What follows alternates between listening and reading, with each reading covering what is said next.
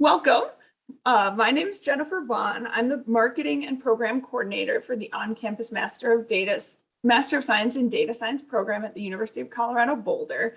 I'm going to help us get started today. I'm going to help with the presentation a little bit later on, and I'll be the moderator for the Q&A session. But today we're also, you can see, we're joined by two of my wonderful colleagues, Dr. Jane Wall, the Faculty Director of Data Science, and Caitlin Wright, our Graduate Advisor. Thank you again for joining us today. We're really excited for this webinar. And before we get started, I'm going to take a little bit of time to get everyone oriented to the Zoom interface. So first, just know that we're recording this webinar. We will share a link to the recording, so don't worry if you missed something. We will put the recording up on our events page as well. And I'll go ahead and talk about Zoom now. So if you hover your mouse over the bottom of the screen, you're going to see a chat icon. Please go ahead and click that now and tell us where you're joining us from today. We usually get people from, all around the states and around the world, and it's really exciting to see where people are joining us from. I see Denver, San Francisco. Whoa, they're going so fast. India, Thailand, yeah, Saudi Kazakhstan, Arabia, I think, Korea. Yeah, oh, really Singapore. Cool. Great. People from all over. It's always really cool to see where people are joining us from. So thank you again for taking the time. We're going to leave the chat function open, but I want to talk about the Q&A feature and just like how to use that. So if you can, please refrain from asking any questions till the end of the presentation, because we will probably answer a lot of your questions during the presentation. And then after we're done, we'll open everything up for a Q&A, and you can go ahead and click that Q&A button, hover your mouse toward the bottom of your screen, and then you can click that Q&A icon and go ahead and type in your question for that section. All right, this webinar is going to give an overview of the program, and then we're going to have time to answer questions, some of the top questions that we get from students. As I previously said, please, if you can, hold off on your questions until the end, because we might answer them during the presentation, and then use the Q&A feature. We'll give you a reminder when we get to that portion. And then I'm going to throw it to my colleague, Caitlin, for this section. Hi, everyone. As Jennifer mentioned, my name is Caitlin, and I am the Graduate Program Advisor for the MSDS program. So I'll be the person that you work with, from the time that you apply to the time that you go on to graduate. And I'll help with different things such as course planning, getting you access to different resources on campus, talking about your goals within the program and your professional goals to make sure that you're taking classes that align with those goals. So it's great to, have a first introduction to everyone through this platform. And I'm sure that I'm going to be seeing everyone a lot more as, you continue on in the process of applying for the MSDS program. But with that being said, I did want to do a little overview of the curriculum, just to give everyone an idea of kind of the classes that you're going to take in this program. So as you can see, the program focuses on computer science, statistics, and domain applications. So the program itself is new, but the courses and faculty are well established due to the program's interdisciplinary nature. So one thing that makes this program unique is that we really take advantage of CU Boulder's particular strengths in geoscience, business analytics, and we do work with faculty in the information science department who created the recommender system science. So there are a lot of faculty that have very specific domain areas of interest, and you really get that interdisciplinary approach to this degree. So there aren't any formal prereqs for the program, but you should be familiar with Python, R, calculus, and linear algebra. So in particular with the calculus and linear algebra, we are looking for students who have derivatives and integrals as part of calculus, and matrix multiplication and matrix inversion as part of the linear algebra. So those are things that we're going to want you to be familiar with. So then you can just kind of get that jump start in the curriculum and start really diving into the data science applications. So with that being said, there are two components of the curriculum. So the curriculum overall consists of 30 credits.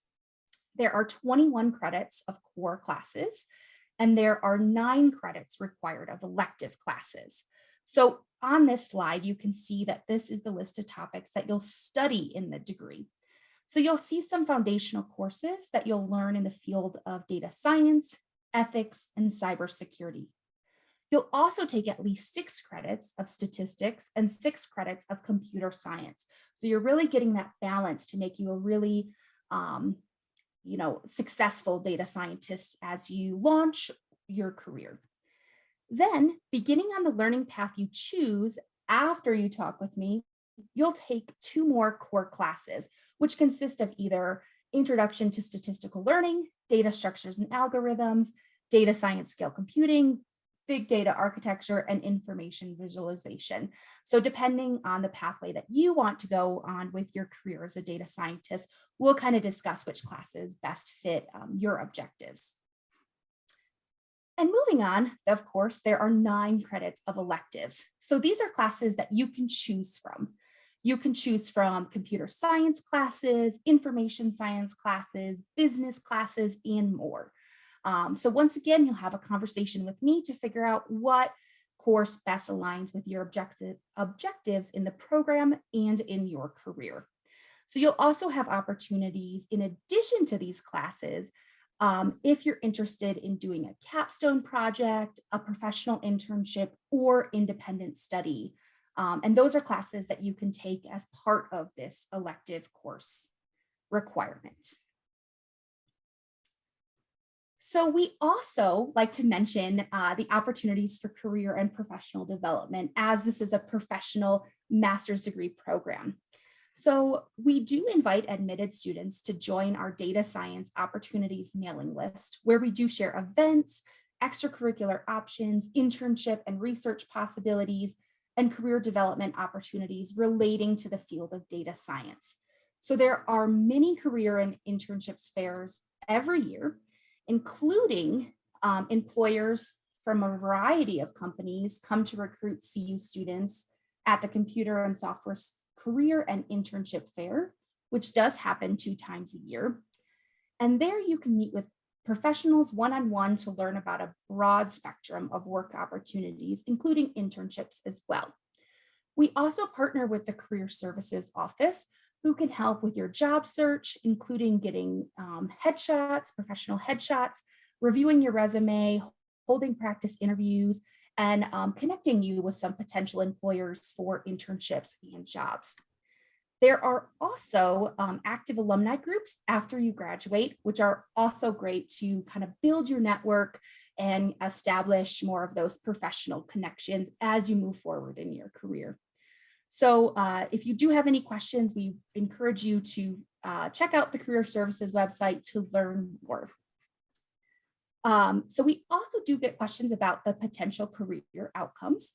So CU Boulder graduates have gone on to work at top companies like Amazon, Apple, Boeing, Disney, IBM, Lockheed Martin, NASA, and more.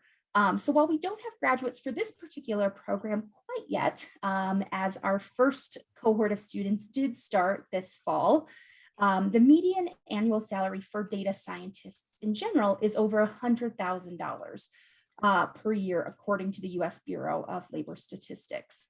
So that's almost double the average median salary in the United States. So now I'm going to turn it over to Jennifer, who's going to talk about the application process for those of you who are planning on applying this year.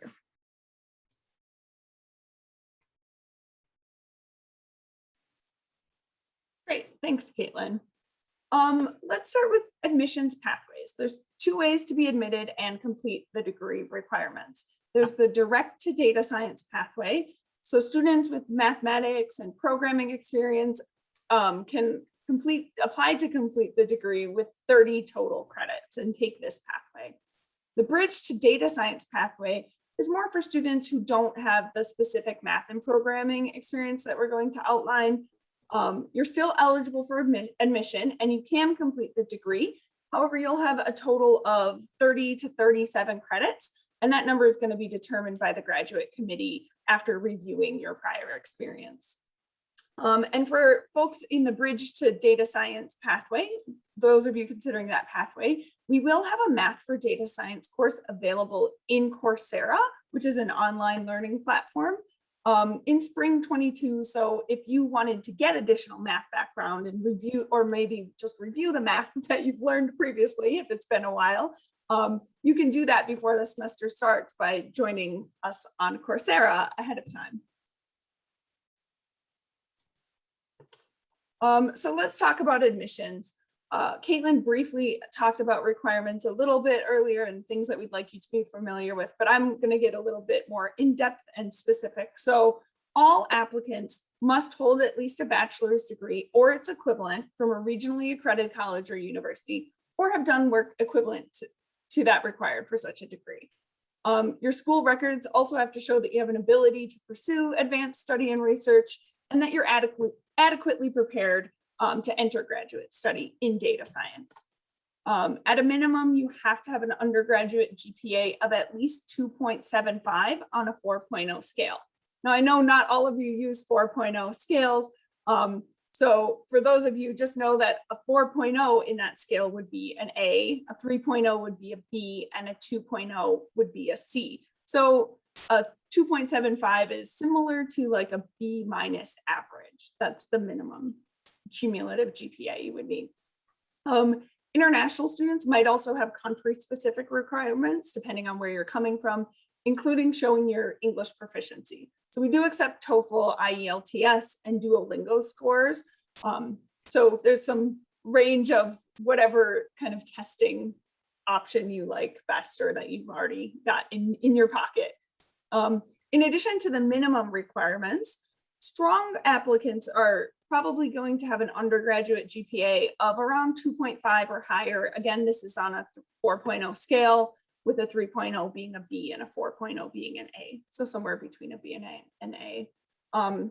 As far as math, applicants should be familiar with differential calculus, including derivatives, integral calculus, linear algebra, and have some experience with infinite sequences and series.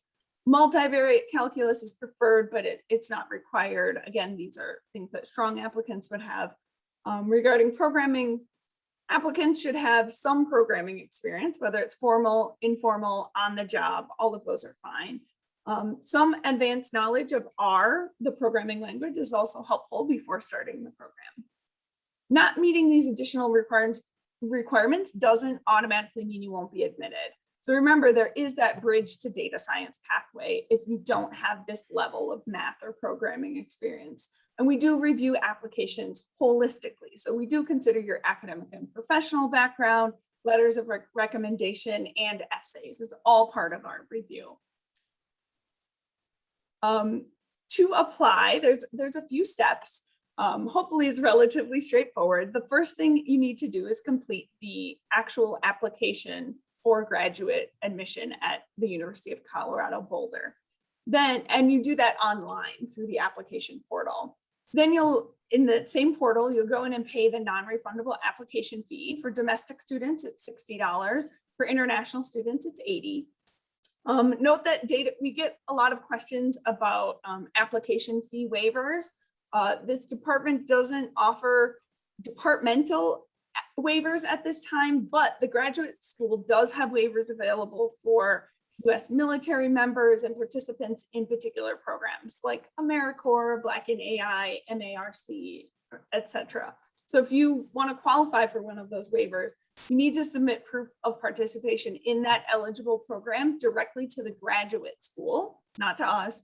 And you have to do that before you submit your application. So if you're looking at that, just keep that in mind that you do have to submit that application to get the fee waived before you actually submit your application.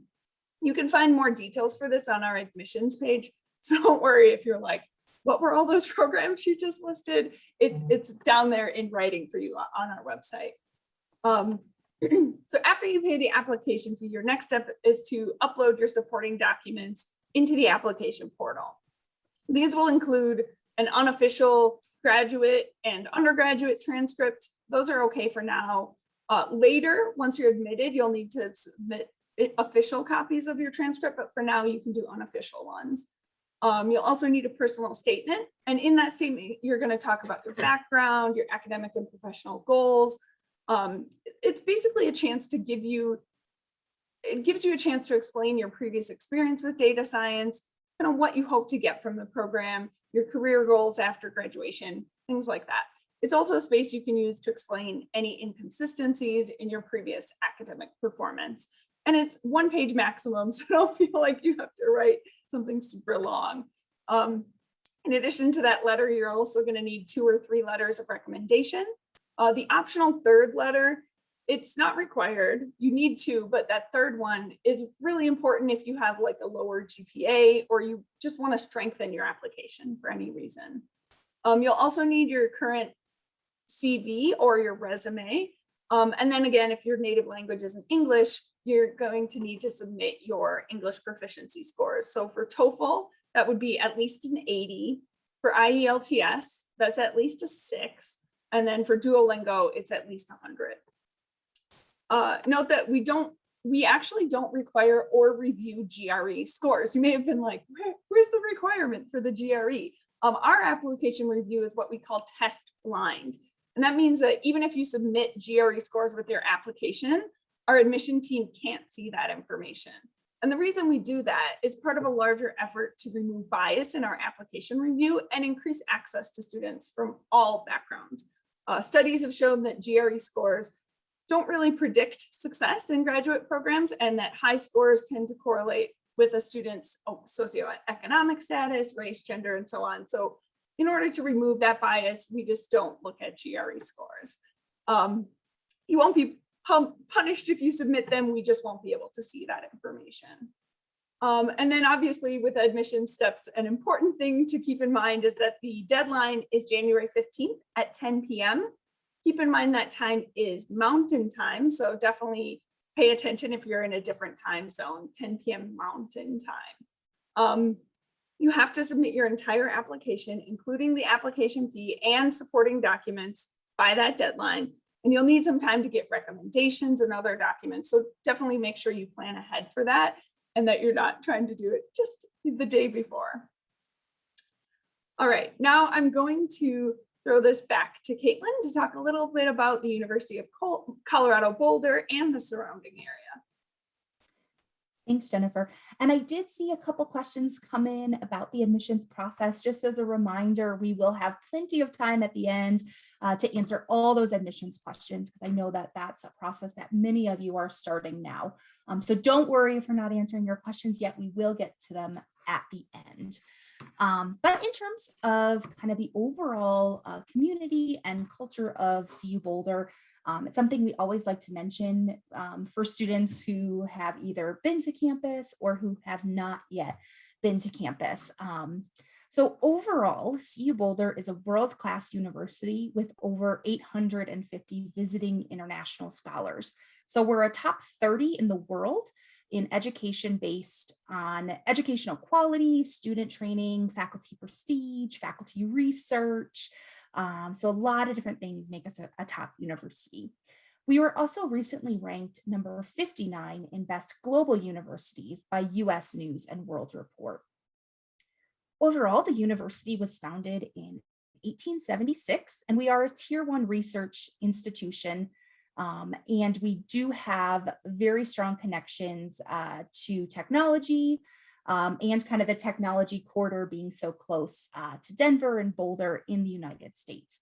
So our faculty have launched over 140 new startups, and our researchers have filed for over 1,200 patents in the last 8 years.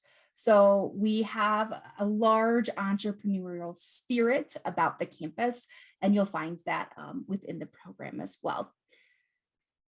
So with that being said, there are approximately 35,000 students at CU Boulder, and student life is incredibly active and diverse. I definitely encourage you to check out different student organizations and student life activities to really kind of supplement your education. So part of the things that you can do are join a student organization or club, which there are a lot of clubs that align with data science and just different science interests. You can also check out student events.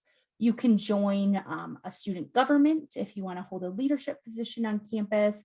You can get involved with a cultural events board, or you can also be a part of intramural or club sports. So if you're coming from an athletic background and you want to have that experience on campus, that's also an opportunity that's available to you as well. So if you plan to live on campus or off campus, there are a lot of campus dining options and great study spots around campus.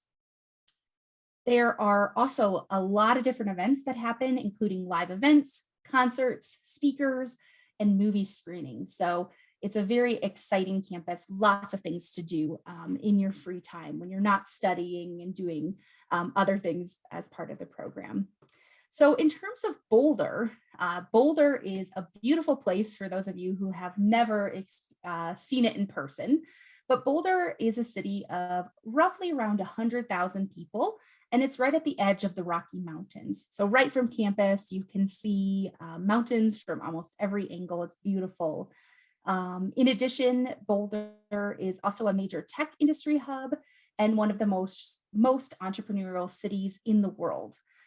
So the climate is mild and dry, and we are proud to say that we have over 300 days of sunshine in the year. So it's always sunny, beautiful weather all around. So it's less than an hour drive to Denver and to Denver International Airport. So we are very close to a lot of things that you can see. Boulder is also known as a foodie town, and there are a lot of great restaurants. We have plenty of craft breweries, coffee, and tea shops. Pro Street, which you can see in the picture above, is a popular spot in Boulder for shopping, restaurants, and just taking a stroll. So the University Hill area near campus really hosts an eclectic group of shops and eateries. So lots of things to do that you're just a bus ride away from. The city is also great for outdoor lovers and outdoor activities.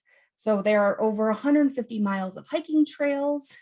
There are even more hikes that are within a day's drive from Boulder, like Rocky Mountain National Park, Garden of the Gods, and Hanging Lake, which you can see in the picture above. You can rent skis, snowshoes, and bikes to go on winter activities. If you like rock climbing or other mountain biking, Boulder is definitely your town. There are tons of trails, and you will never run out of places to explore. You also do get free access to shared bicycles around Boulder with your student pass. So there are plenty and endless opportunities for you to experience in Boulder and beyond. So some other places that I like to mention kind of outside of Boulder is, Red Rocks Amphitheater and different winter sports. So your student fee does cover an RTD pass, which is a bus pass that can get you, further out into Boulder. So skiing is very popular in Colorado. There are a lot of options for both downhill and cross-country skiing and snowboarding.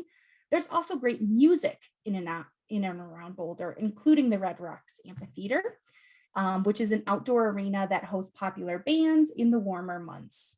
So whatever your hobbies are, Boulder and the surrounding areas have something for you, and we're looking forward to welcoming you into our campus and beyond.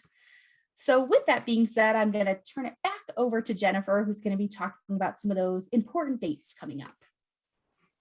Thanks, Caitlin. Yeah, we have some more webinars coming up, so I just want to invite you to join us again to learn more, especially if you have additional questions that come up between now and future webinars. Put them up here. Don't worry if you can't make a particular session. Just like this session, we're going to record each session and put the videos up on our events page on our website about a week after the session probably. So any folks who can't attend live can still see what we talk about. November 1st, we have an application tips webinar. In mid-November, the date is still TBA. We're gonna have a webinar where you can meet the data science students. We'll update our events page when we have that exact date and time, so don't hesitate to check back there. December 1st, we're gonna have another application tips webinar. Again, this one and the one on November 1st are a great spot for if you have questions about the application. We'll be there to kind of help you figure out that piece. On December 7th, we're going to have the opportunity for you to meet some of our data science faculty and get to know those folks a little bit better. And then on January 6th, another one where we overview of the whole program and then again have time for Q&A. Remember, applications close on January 15th at 10 p.m. Mountain Time. And then we're going to release those application decisions as quickly as possible. But mid-April is the latest that we will release the decisions. No decisions will be released before that deadline because we review all of the applications as a whole. So for anyone who already applied, just a heads up, we don't review your applications until after the deadline. All right. Now I'm going to go ahead and stop sharing the screen in a minute here, and then we're going to all turn on our videos and kind of open it up for Q&A. So if you do have questions, please put them in that Q&A. Remember, click that Q&A button, and then it'll come up. Let me stop my share. And let's jump to the questions. The first question is, when are admissions decisions released? Which was a good question. It was right at the end of the presentation, but mid-April is the latest that they'll be released. We get those to you as soon as possible.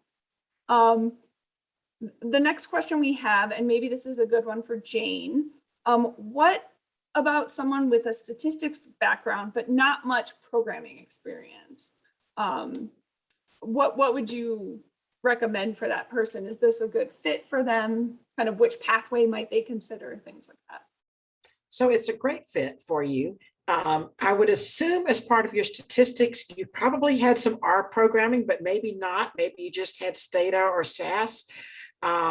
So it would depend on if you've had any programming at all. But if not, you could still come into the program and then depending on your background, right? You might take the programming for data science kind of bridge courses that we'll be offering. So we'll be offering one in R and then one in Python to help you get ready for the programming portion. We also have our data structures and algorithms course takes people through the Python as well. So depending on your background, right, you'll work with Caitlin to determine exactly which courses you need. And depending on that, then it will be probably more than 30 hours, but it's maybe 33 hours.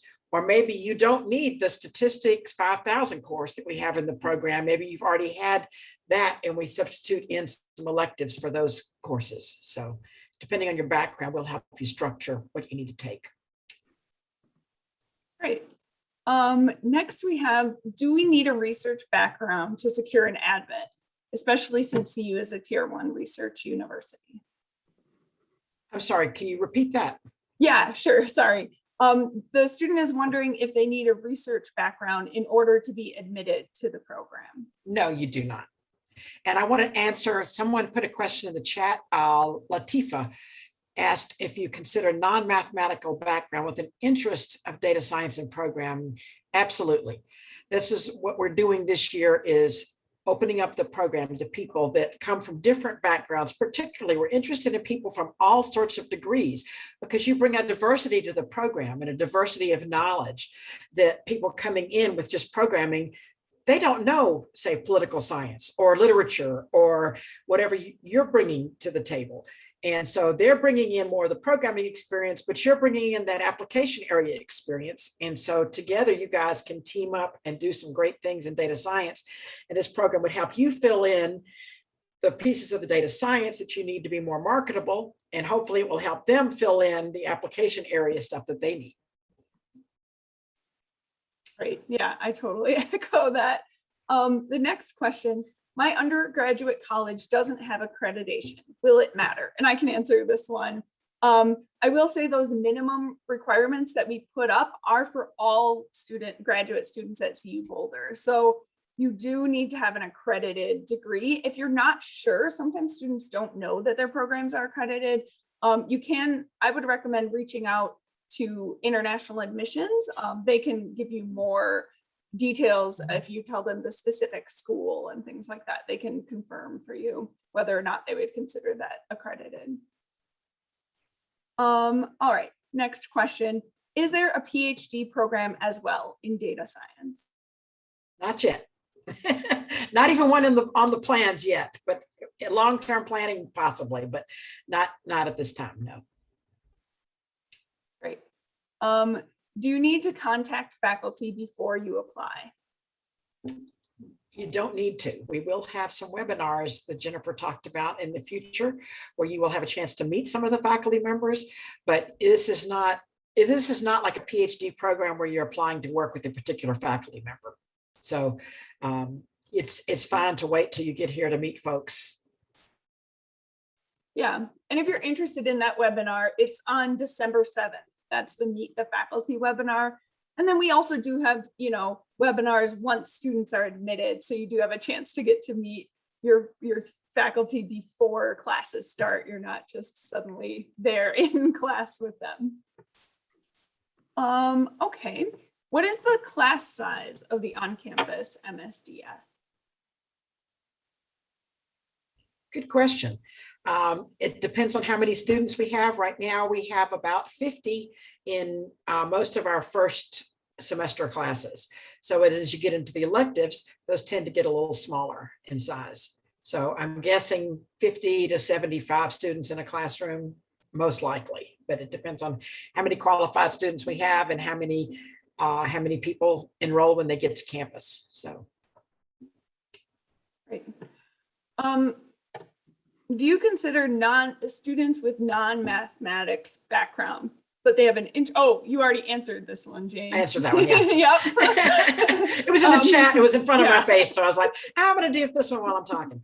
All right, next question. How does this program differ from the MS in Business Analytics program? Great question. So the MS in Business Analytics is more business focused, and it's more of a focus on using the tools. So it would be things like you can use Tableau, right, to do a visualization, where we're going to code the visualization ourselves in R or in Python. So it's a little more tool focused with the business analytics and applications to business, whereas ours is a little more programming focused and mathematics focused. So ours is more truly interdisciplinary and less on using the tools and more on a little bit of the theory behind it, but also then bringing in different applications. So different application areas. If you want to focus in, if you get a professor in Arctic Studies, for instance, that's interested in working with you, and you want to take some of their classes and focus in that as your application area, then you can do that and work a lot of your projects for that particular application. So it's not just business focused. If that doesn't answer your question, put a follow-up in the Q&A, okay? We have a question about whether there's research opportunities available or like being an RA. And I think a similar question would be like a TA kind of opportunity. So we have opportunities for you to be course managers or graders for courses once you have taken those courses. So we do have that. We also have our Coursera program. We're always looking for course facilitators for those courses to be working with those students in those courses. There is an opportunity to work with an individual faculty member. We have the independent study option. So if you find a faculty member that you want to do research with, there are opportunities to do that. And we're actively talking to faculty members who do data science work in different departments across the campus about either opening up their courses for you to take or opening up some of their research for you to help with. Great. I see a question here asking about the MS in Technology, Cybersecurity Policy, and STEM qualification. That actually doesn't go through our department, so I would recommend reaching out to, it's probably MS, like the Engineering and Computer Science college, to confirm with them on that. Sounds like it might be STEM qualified, but I would recommend double checking that with them. Yeah, but our program is STEM qualified. Yeah. So. Yeah. And there were a couple of questions with that with OPT. So because it is STEM qualified, it is eligible for OPT and CPT. So just keep that in mind with those upcoming questions. Yeah. Great. Next question, is it possible to complete the 30 credits in 3 semesters and then do an internship for your last semester? Let's see, that would be 10 courses in 9 courses. Yes, you could do that if you had, that's physically possible, right, Caitlin? You could do 3 is. courses per semester. It's not really what we recommend, but depending on your background, it's possible. Yeah. So right now how the program is structured, because I did see a couple of questions about this come up, is it is designed to be a 2-year program. So you're typically taking about 9 credit hours in the fall semesters and 6 credits in the spring semester. And that would be a full-time load and you would graduate in 2 years. For students who are interested in internships, depending on your visa status, there might be certain implications. So typically for international students, you'll want to do an internship in the summer between your first and second year. So that's typically how we do the internships, but it is still possible to finish in 3 semesters. So that's something that we can talk about as we talk about course planning. Most students, and really the program is designed to be finished in 2 years with that summer internship if you choose to do that route, but you could do it in 3 semesters. I guess really what they were saying is 4 semesters, but the last semester just doing their internship. So they do 3, 3, 3, and then the internship in the last semester, which I guess is probably possible rather than in the summer. The other thing to think about with OPT and CPT or domestic students as well, is you could always, if you're looking to do fewer classes in your last term and just do like those 2 classes, so you keep that full-time status. There's of course the internship option for credit, but then there's also, after graduation or during the summers, like Caitlin said, other times to do internships as well, depending on what your schedule looks like, of course. Next question, does CU Boulder offer any scholarships or grants for academic achievement in undergrad? Not in this program. This is considered a professional master's, so we don't really have scholarships or grants as part of this program. You would qualify for anything that you might qualify for with your FAFSA, right? So you might still qualify for any sort of federal financial aid or student loans, that kind of thing. But we don't have scholarships or grants. There are private scholarships out there that you might be eligible for that you could look for. If you look on our website on the finances page, you'll see a link to some tips if you are applying to any private scholarships, just things to make your application stronger. So that's another area to look into.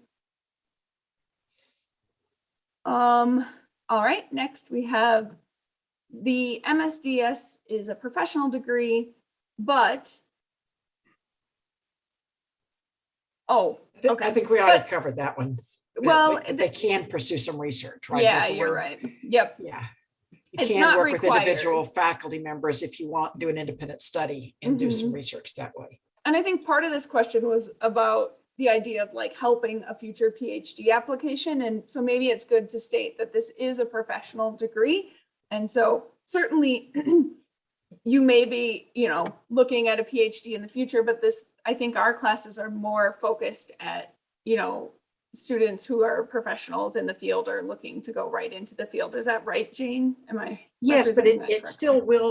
still will, if you did the research with an individual faculty member and were able to do a publication, that would help your application for a PhD. So that would help your resume for that. Right. The next question, are we allowed to take electives from the business analytics program? There are 3 right now that were approved with 5 seats in each of the courses for us to take as electives. So you could do a business analytics elective sort of focus. Yep. And those 3 classes, just to name them, and you can find this on our website too, are process analytics, optimization modeling, and structured data modeling and analysis. So there are certainly those classes. And like Jane said, we're looking to add additional classes for that. Okay. Next question. My first goal after getting through the DS is to get a job. So how can you talk a little bit about the employability of students after completing the degree? Boulder is obviously great for tech, but the student's just curious about data science jobs.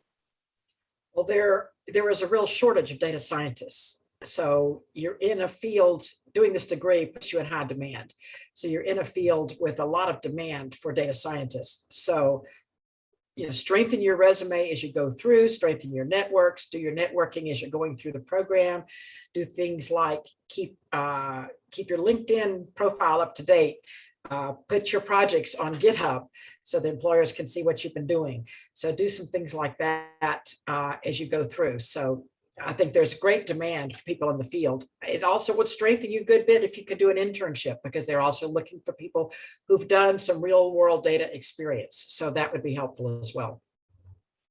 I would say to take advantage of all career services has a lot of services that they offer. And I would say take advantage of those. They're included in your student fees. Use them. They really will help you prepare for graduation and getting a job right away after graduation. So I want to answer Vishesh's question about what some materials are they could send in to strengthen their application.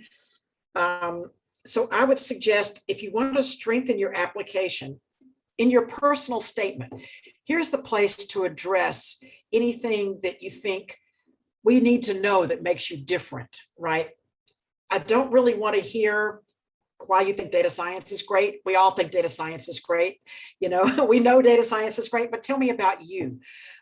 Did you have a bad semester when you got started? Or, did something happen along the way that caused your grades to not be everything they should be?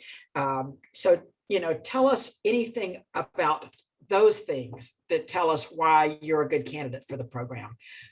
Maybe you've got a borderline GPA, but you really, it's because of something that happened, some life situation that happened. You don't have to give us details, but the more you can share about why you are a better student necessarily than what your GPA shows or what your transcript shows would be helpful.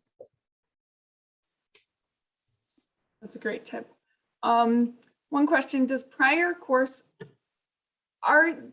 admission, do students need to have taken prior coursework with Python and R, or can just having proficiency work? So for example, maybe a student who learned on the job.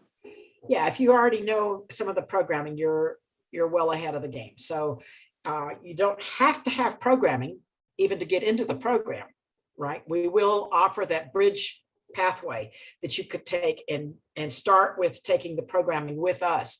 So you don't even have to have that. But if you already know Python and or R, then that's fine. Just as well, I would say put that in your personal statement that you know these things because of this thing. Here's how you learned it, whether you learned it on your own or you learned it through the job or whatever. Great. I see one that I can answer, so I'll ask that and then I'll ask another one. So first, do graduate credits work differently? In my experience in undergrad, 30 hours is equivalent to 2 semesters. So actually they do work differently. As an undergrad, 12 credits to 18 credits, that's a full-time course load. But as a graduate student, 6 credits is a full-time course load. So it does typically take 2 years to get through the program. I know it seems like, oh, only 6 credits is full-time when you make that switch. I remember that switch myself, but it is a lot more intense coursework. It is at that graduate level. So we do recommend that you don't try to take 12 credits like you may have in undergrad. I don't know if Caitlin or Jane want to add anything to that. Please feel free. Yeah, we expect a lot of you in these courses. They're a lot of work. So don't overload yourself, particularly to start with. Especially your first semester, right? As you're adjusting. Next question. This is from a student who was admitted and then deferred to spring, and just wondering, like, are there updates that they should be aware of? Kind of, what is there anything that they need to know? Yeah, I can answer that. So there's been an email sent, and I encourage you, if you didn't get that email, to reach back out to datascience@colorado.edu. But registration will be opening soon for courses if you did defer your spring admission. And we do also have an opportunity for you to interact with current MSDS students. with a mentor and mentee program. So that was also sent. I encourage you to apply for that to be a mentee. So one of our current graduate students can kind of talk about, how to prepare for, your move to Boulder and starting the curriculum. But if you haven't been getting those emails, please reach out to datascience@colorado.edu to make sure that we have your right email and everything like that, because you should be getting some updates with spring. Great, thanks, Caitlin.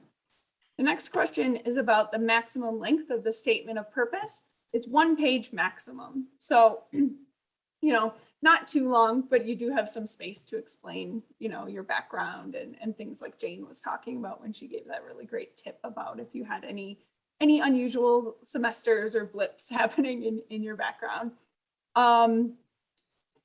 Next question. There's currently no RA top opportunities for this particular program. And the student is wondering whether that will change in the future. No, because this is a professional master's, that the professional master's programs at CU do not have RA and TA positions that students are eligible for. So it's just because it's that type of master's degree rather than a sort of a pre-PhD kind of master's degree. So those positions are typically for PhD students. The next question is about they're asking about the average acceptance rate for the program. And I can say we have had one intake, right, so far. I can't remember off the top of my head what the acceptance rate was for that. If you're really curious, I would suggest sending us an email at the address in the chat. We can look that up for you. Off the top of my head, I want to say I don't even know. I don't want to hang on. I might be able to look it up real quick. Okay. Jane will look at that. Keep we'll move to keep the going. next I think it's in your. I think it was in one of your. Maybe that final report. That report. Yeah. So let me see if I can find that. All right. We'll move on as Jane tries to find the answer to. So, sorry. Do we need to take any prerequisite courses once we get admitted to the MSDS program at CU Boulder? So it sounds like this might be about the bridge courses. So it's not actually prerequisites. We wouldn't call it that. It's still part of the program. Caitlin, I'm not sure. Do you have more details on this? Yeah. So when the admissions committee reviews your application and you don't have that math or programming background, they are going to recommend that you start out with that bridge to data science pathway, which is an additional 6 to 9 credits as part of the curriculum. So you are still taking graduate courses, but it's going to serve as that bridge. So if you don't have, programming or math background, we would still recommend you to apply. And then you would just take those additional courses, which is a math for data science and a programming for data science class to get you up to speed. So then you can once again jump right into the data science curriculum. And I did look it up and it was about 66% acceptance rate last intake. So. Yeah, and that might change this year, right? So yeah, that's just what we had last year. Last year we were just starting the program, so we were targeting for an incoming class of about 50. So this year we won't be quite as restrictive on the size of the incoming class. So we may be able to accept a higher percent of students. Great. Next we have, I lost it. Oh, okay. If a student is planning to do a PhD and a master's program, what would you recommend? What approach would you recommend for applying? I think they're asking. Should they apply for the master's and then the PhD? I think maybe it makes sense to make it clear that we don't have a PhD program in data science. So if you're applying to us, you would be applying to the master's program. And then it would be a separate application to a PhD elsewhere. Okay, next. Is it compulsory to complete the degree within 2 years? So no, you can, go ahead, Caitlin, I can see. You can, like I said, you can finish in, the quickest time would probably be about 1.5 years. And you do have up to 4 years to complete the degree. So if you want to go at a slower pace, that's also welcome. You just need to finish it in 4 years from the time you take your first class. Great. The next question, I feel the curriculum has a really good breadth. Can you explain the depth of the courses a little bit more? And maybe that's a good one for you, Jane. Well, I would say the courses are the same depth that you would get in any graduate program in these courses. So for instance, the statistics 5000 is the same statistics course that's part of our master's in applied math. And so it's the same graduate level course that statistics students take. Same for the data mining course. It's an existing graduate level course in this department. So what we've done is we've taken courses that are part of existing graduate programs in other departments and put them together to build as the basic building blocks for this master's degree. So you would expect some theory as part of these courses, as well as a lot of application knowledge, applying them to projects. So. And there's another question about scholarships or assistantships.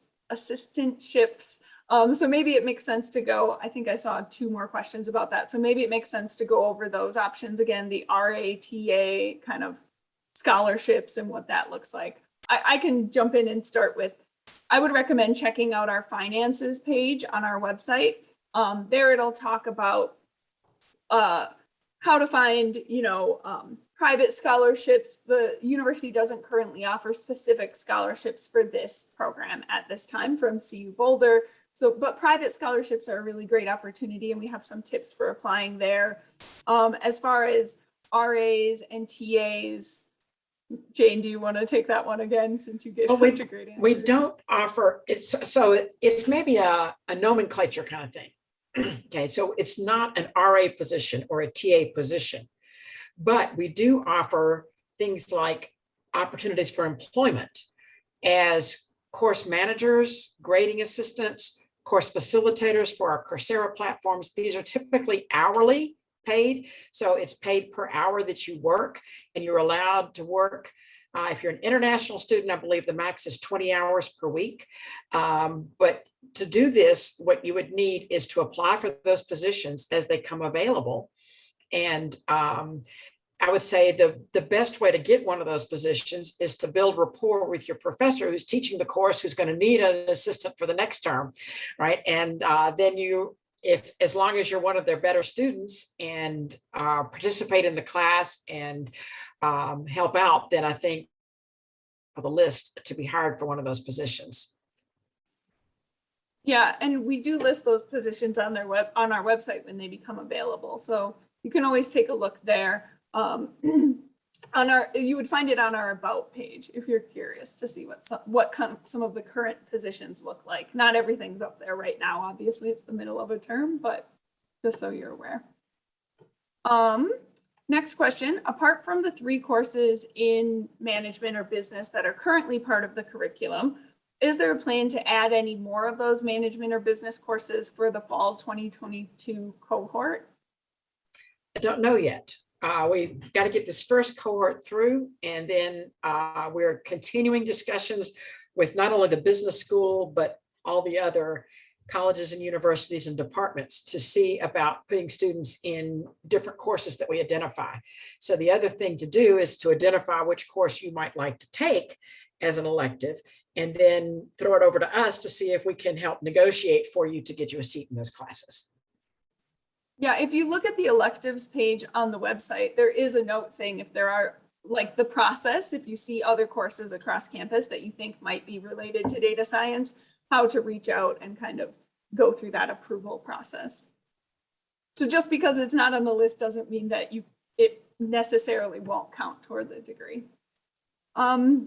Next question, do you accept professional letters of recommendation, and do you have any word limit on statements of purpose?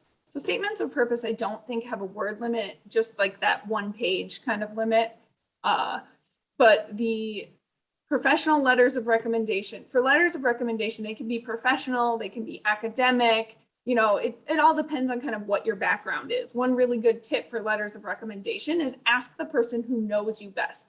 Not the person with like the best title, but the person that you've probably worked closest with is going to have a lot more to say about you than maybe someone who knows who you are, but doesn't really know your, you know, academic or professional abilities to the same level. And actually, unless I skipped something by accident, I don't see any more questions. So let me just double check. Somebody wants the link to the fee structure. I think that's on our website, isn't it? Yeah, so you can get all, let me put it in the chat. 1 second, I'll pull it.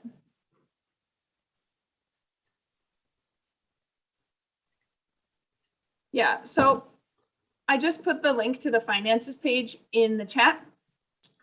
If you look on the right side, there's a bunch of other links there as well. You can learn about admissions, the curriculum, you can see who the faculty are, see what the FAQs are. And like I said, there's that about page at the top if you're curious about more details.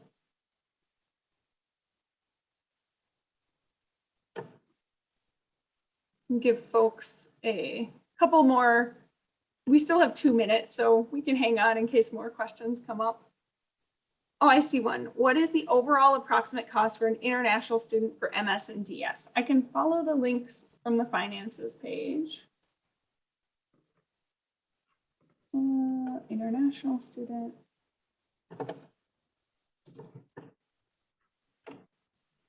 Data science.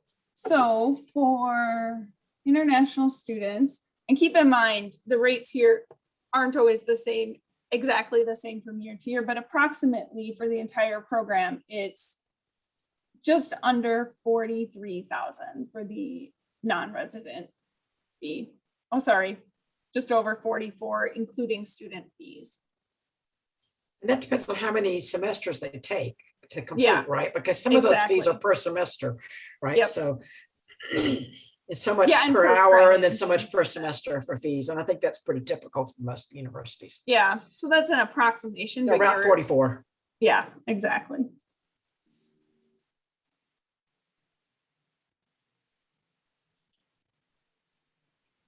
Any Oh, I other see a new, questions?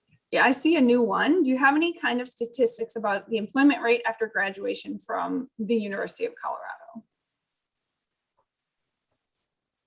I don't have specific statistics, but I imagine that career services might. So I would recommend checking out their page. It's colorado.edu/career. Let me double check that. But I would even say that that's probably not a good indication of employability coming out of a data science program. You're better off to look at statistics for employability in data science field overall, and employment rates for people graduating with masters in data science across different campuses. Of course, we don't have that for our campus yet because we don't have any graduates yet. But I think that would be a better indication. I think that does make sense because it's such a in-demand field versus many other fields. Yeah, it's going to be very different from graduating with a master's in data science than if you're graduating with a master's in English, for instance. Right, So. exactly. Well, it looks like we're right at time and I want to be respectful of people's schedules. So just a few reminders before we go.